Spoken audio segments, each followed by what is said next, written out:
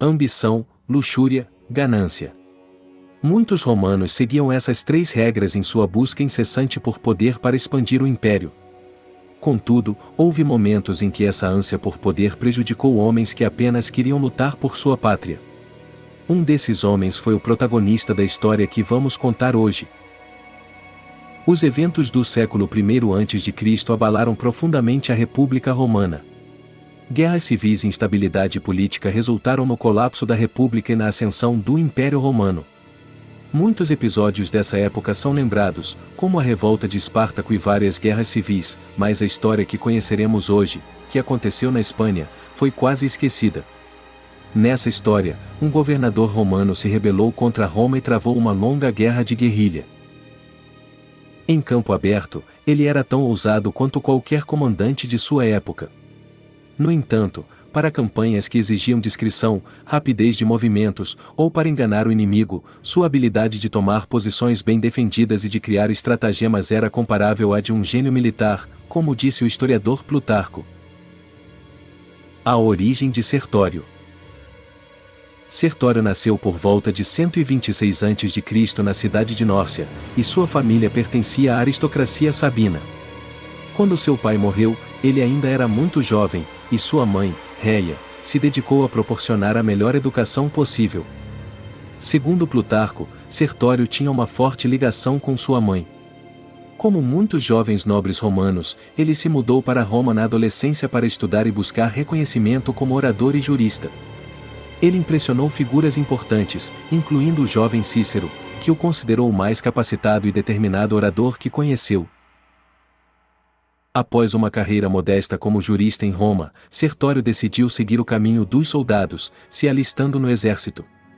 Sua primeira grande campanha foi sob o comando de Quinto Servilio Cepião, mas resultou em uma derrota devastadora na Batalha de Araúzio, em 105 a.C.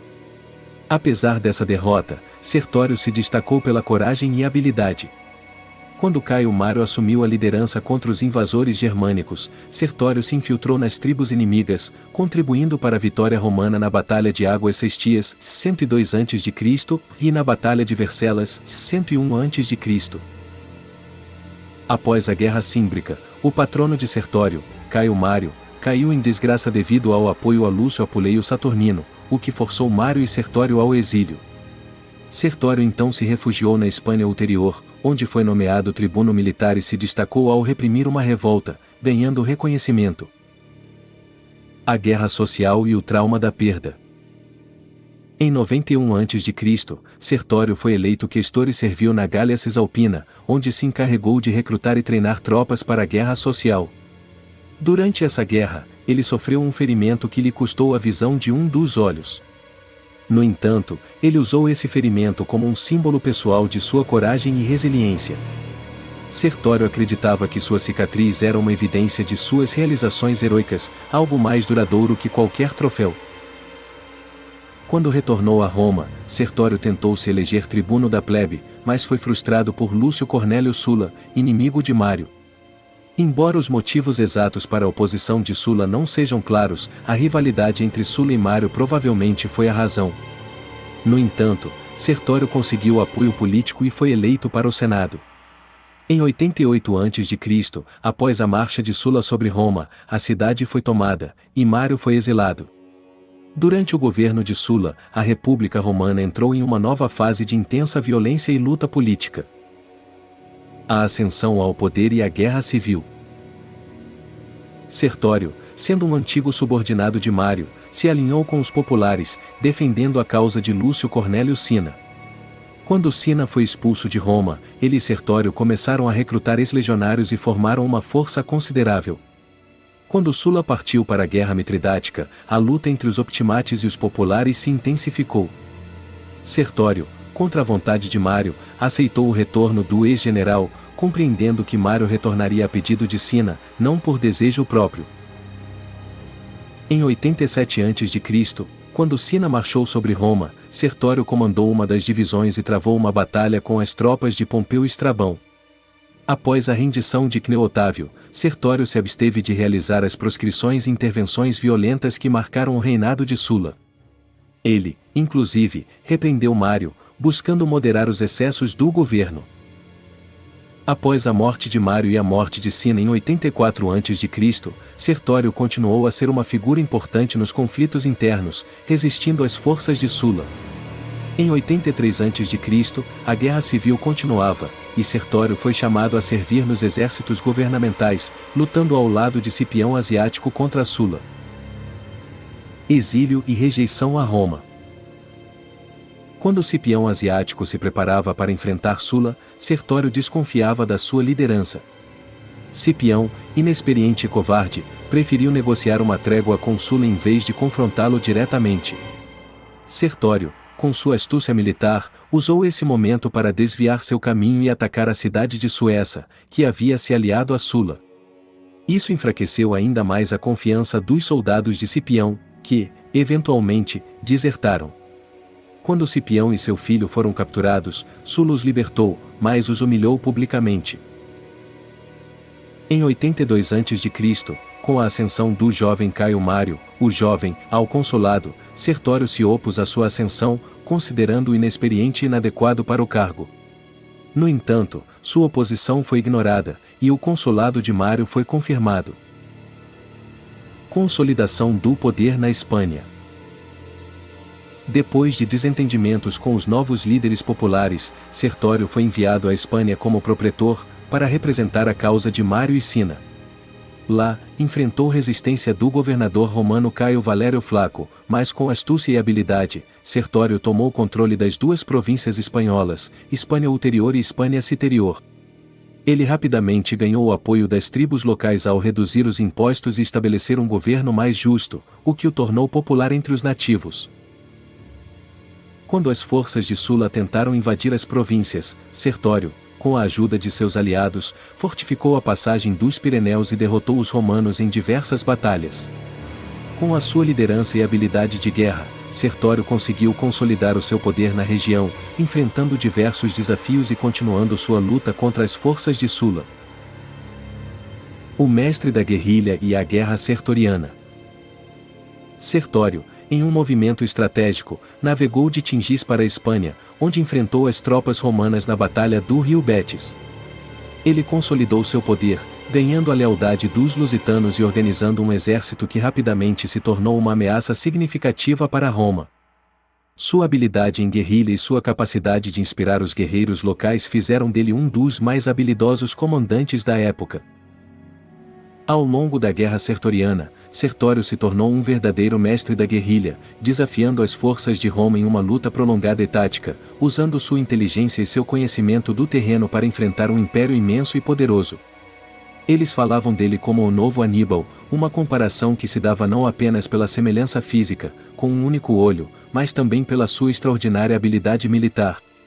Sertório, de fato, se mostrou um general excepcional, que derrotou repetidamente forças romanas muito maiores do que as suas próprias tropas. Muitos desertores e refugiados romanos e italianos se juntaram a ele, e com o apoio de seus voluntários e mercenários espanhóis e africanos, ele conseguiu infligir várias derrotas a generais de Sila, como Fufidius, Domício Calvinus, e de forma um pouco menos direta, Torius e Manlius. Em 77 a.C., Sertório conseguiu expulsar Quinto Cecílio Metelo Pio, procônsul da Hispânia Ulterior, que havia sido designado pelo Senado romano para derrotá-lo. Metelo, que tinha como objetivo derrotar Sertório, acabou sendo forçado a abandonar a província. No ano seguinte, em 76 a.C., após o reforço das forças de Marco Perpena, o Senado romano recorreu a uma medida extraordinária e deu a Cneo Pompeu Magno um comando extraordinário, Proconsulibus, para ajudar Metelo, que estava enfrentando dificuldades para conter Sertório. Confiante no sucesso de sua missão, Pompeu marchou para a Espanha e enfrentou Sertório na Batalha de Lauron, no leste da Espanha. No entanto, Pompeu sofreu uma derrota retumbante, o que demonstrou que Sertório ainda tinha força suficiente para desafiar os romanos. A virada começou em 75 a.C., quando Pompeu e Metelo começaram a obter vitórias contra os subordinados de Sertório. Pompeu derrotou os legados de Sertório, Marco Perpena e Gaius Erenius, na Batalha de Valentia, e Metelo derrotou Hirtuleius na Batalha de Itálica. A situação para Sertório se tornou mais difícil após essas derrotas, e ele se viu forçado a adotar uma abordagem mais cautelosa. Ele arruinou seu exército na Batalha de Sucro e na Batalha de Saguntum, o que o obrigou a voltar a usar suas táticas de guerrilha. Embora Pompeu e Metelo tenham ganho a iniciativa, a guerra estava longe de terminar, pois Sertório ainda contava com o apoio das tribos do interior e com a adesão contínua de guerreiros dispostos a seguir sua causa. A habilidade política e a construção do governo sertoriano. Além de sua habilidade militar, Sertório demonstrou grande destreza política. Seu objetivo era criar um governo estável na Espanha, governando com o consentimento e a cooperação dos povos locais, que desejavam civilizar suas terras à maneira romana. Para isso, ele estabeleceu um senado composto por 300 membros, originários de emigrantes romanos, provavelmente incluindo alguns dos aristocratas mais importantes da Espanha, se manteve um guarda-costas composto por soldados hispânicos. Para os filhos das principais famílias nativas, Sertório criou uma escola em Osca, atual Huesca, onde receberam uma educação romana e adotaram os costumes dos jovens romanos. Essa prática seguia uma linha semelhante à que Roma usava com reféns, sendo uma forma de moldar uma elite local que fosse leal ao seu governo. No entanto, a estratégia de Sertório não foi isenta de controvérsias. Quando surgiram revoltas entre os povos nativos, ele ordenou a execução de várias das crianças que havia enviado para a escola em Osca, e muitas outras foram vendidas como escravas. Esse episódio refletiu a crescente tensão no controle de Sertório sobre as tribos locais. O servo branco e a manipulação da superstição. Uma das táticas mais fascinantes de Sertório foi sua habilidade em manipular a superstição. Ele usou um servo branco, que recebeu de um de seus seguidores, como um símbolo de sua conexão com a deusa Diana. A história por trás do servo começa com um caçador local chamado Sampanus, que encontrou uma corça fugindo de caçadores. A corça, com um pelo completamente branco, acabou sendo capturada e entregue a Sertório. O animal tornou-se extremamente manso e, logo, Sertório percebeu que poderia usar o servo para ganhar a confiança dos nativos. Sertório começou a afirmar que o servo branco era um mensageiro de Diana e que recebia informações secretas da deusa. Quando ele soubia de uma possível ameaça ou ataque, dizia a seus homens que havia sido a deusa quem lhe revelou a informação por meio do servo. Quando suas tropas vitoriosas retornavam, ele sacrificava o servo e dizia aos seus homens que a deusa os estava guiando para a vitória. Com isso, ele alimentava a crença entre seus seguidores de que suas ações não eram apenas baseadas em estratégia militar, mas também em uma missão divina. A guerra e a queda de Sertório. Apesar de sua astúcia e das vitórias iniciais, Sertório começou a perder terreno com o desgaste da guerra. Em 75 a.C., Pompeu e Metelo começaram a capturar fortalezas, o que levou Sertório a perder várias posições importantes. Embora ainda conseguisse algumas vitórias, a resistência de Sertório estava começando a ruir.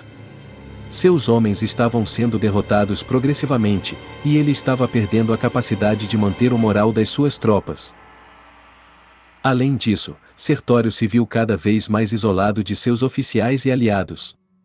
Seu comportamento se tornou errático, com sinais claros de que a pressão da guerra e sua própria queda no vício do álcool começaram a afetá-lo. Ele se tornou cada vez mais paranoico, trocando seu guarda-costas romano por um espanhol e desconfiando de todos ao seu redor. A situação no campo de batalha estava ficando mais difícil, e a conspiração contra Sertório começava a tomar forma. A conspiração e a morte de Sertório. Em 74 a.C., o cerco a Sertório se intensificou. Perpena, um de seus mais próximos aliados romanos, alimentava suas próprias ambições e começou a conspirar contra Sertório. Ele usou seu status para incitar desconfiança nas tribos ibéricas, que começaram a se revoltar contra o comandante. Em uma tentativa de desestabilizar a posição de Sertório, Perpena e outros conspiradores convidaram Sertório para um banquete, onde, em um ambiente de grande tensão, ele foi assassinado. Perpena e seus aliados apunhalaram Sertório até a morte, levando à queda de um dos mais astutos generais da história romana. Quando a notícia de sua morte se espalhou, muitos dos aliados de Sertório, especialmente as tribos ibéricas, abandonaram sua causa e se reconciliaram com Pompeu e Metelo. A lealdade de Sertório, construída ao longo dos anos com sacrifícios e vitórias, desapareceu rapidamente, e o exército sertoriano entrou em colapso. A herança de Sertório e a queda de Perpenna. Após sua morte, Perpenna, que esperava assumir o lugar de Sertório, encontrou-se com a ira de seus próprios aliados. O testamento de Sertório nomeava como seu principal sucessor, mas sua traição ficou imediatamente clara. Perpenna foi desprezado por aqueles que haviam seguido Sertório, e sua tentativa de tomar o poder foi destruída pelas forças de Pompeu. Perpenna foi derrotado, e a resistência sertoriana na Espanha foi erradicada, enquanto o Império Romano reafirmava seu domínio na região. Sertório, embora derrotado e morto, deixou um legado de coragem e resistência. Sua luta foi uma das maiores tentativas de desafiar o poder de Roma, e sua morte foi vista por muitos como uma tragédia. Sua história é frequentemente lembrada como uma luta desesperada e ingrata contra um império imenso, onde os talentos de Sertório foram desperdiçados em uma guerra que ele não desejava, mas na qual se viu forçado a participar. Pompeu e Metelo estavam gradualmente ganhando vantagem sobre Sertório, utilizando a tática de guerra de atrito. Eles conquistaram fortaleza após fortaleza, embora Sertório ainda conseguisse algumas vitórias, sua posição estava se deteriorando. A guerra estava se tornando cada vez mais difícil, e a autoridade de Sertório sobre seus homens começou a diminuir. Ele perdeu muito de sua perspicácia e liderança, sendo consumido pelo alcoolismo e pela devassidão. Apesar disso, Sertório ainda mantinha uma aliança com os piratas cilícios, que possuíam bases e frotas espalhadas por todo o Mediterrâneo. Ele também mantinha negociações com Mitrídates VI do Ponto e estava em comunicação com os escravos rebeldes de Espartaco, que estavam revoltados na Itália. Porém, a crescente desconfiança entre seus oficiais romanos e alguns chefes ibéricos gerou uma conspiração contra ele. Em 74 a.C.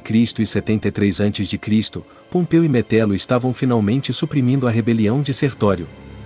Metelo, reconhecendo que a chave para a vitória era eliminar Sertório, ofereceu uma recompensa significativa aos romanos aliados de Sertório, 100 talentos de prata e 20.000 acres de terra para quem o matasse, além de oferecer a liberdade a qualquer exilado que matasse o general. Após essa proposta, Sertório começou a desconfiar de todos ao seu redor e passou a não confiar em mais ninguém. Diversos líderes romanos aliados começaram a reprimir as tribos ibéricas para diminuir o poder de Sertório entre elas. Esse comportamento causou um grande descontentamento nas tribos, o que resultou em uma espiral de opressão e revolta. No entanto, Sertório não sabia quem estava por trás dessas ações. Para piorar sua situação, Perpenna, um de seus mais próximos aliados, junto com outros conspiradores, convidaram Sertório para um banquete, supostamente para celebrar uma vitória.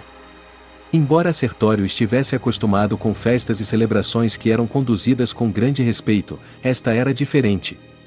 A festa foi vulgar, com o intuito de humilhar o general e tirá-lo de sua zona de conforto. O objetivo era forçar Sertório a se levantar do sofá e se mover entre a multidão, tornando-o vulnerável a um ataque. Quando isso aconteceu, os conspiradores atacaram e esfaquearam Sertório até a morte. Após sua morte, os aliados ibéricos de Sertório, ao saberem do ocorrido, enviaram embaixadores a Pompeu e Metelo para fazer as pazes. Para piorar a situação para Perpenna, o testamento de Sertório foi lido e nomeava Perpenna como seu principal herdeiro. Já desonrado por matar seu comandante, Perpenna se revelou ainda mais vil ao ser responsável pela morte de seu principal benfeitor e amigo. Quando Sertório morreu, as virtudes de seu caráter foram lembradas e suas recentes ações esquecidas. Como é comum, as pessoas se lembram com mais ternura dos mortos, e logo a raiva contra Sertório foi transformada em afeição. Isso levou os soldados a se levantarem em protesto contra Perpenna, que agora estava em uma posição extremamente vulnerável. Com a morte de Sertório e a rebelião sertoriana enfraquecida, a República Romana independente na Espanha desmoronou. Pompeu e Metelo, ao atacarem Perpenna, esmagaram seu exército e eliminaram qualquer resistência restante. Perpenna e os conspiradores que haviam matado Sertório foram derrotados e punidos severamente. Traições como essas eram inaceitáveis para os romanos, e a recompensa dada a quem matasse Sertório serviu como um sinal da profundidade do desprezo por sua figura dentro da política romana. Historiadores geralmente descrevem a vida de Sertório como uma grande tragédia. Seus imensos talentos foram desperdiçados e sua vida perdida em uma luta inglória que ele não queria, mas se viu forçado a enfrentar. Ele lutou bravamente com o que tinha em mãos, formando uma resistência que, por anos, foi capaz de derrotar vários generais romanos. Além disso, se não fosse a inveja de seus próprios companheiros e a traição interna, é provável que a guerra de Sertório tivesse durado mais tempo. Sertório foi mais um exemplo de talento romano desperdiçado, que poderia ter contribuído muito para a expansão da República Romana. Mas as guerras civis, como sempre, enfraqueceram e dividiram o império. Por alguns momentos, Sertório foi capaz até mesmo de desafiar o grande Pompeu, fazendo com que ele solicitasse mais recursos ao Senado. Isso só demonstra o quão grande Sertório foi, pois, mesmo em desvantagem, ele conseguiu derrotar forças romanas superiores, frequentemente utilizando suas impressionantes táticas de guerrilha. Além de suas habilidades militares e táticas brilhantes, Sertório nunca se afastou das tradições romanas. Durante todos os anos de sua luta, ele manteve sua identidade romana e provavelmente sonhava com um perdão, desejando voltar para sua casa, longe das guerras. O que resta de sua história é uma grande lição de coragem, traição e a luta de um homem que, apesar de suas falhas, foi um líder excepcional,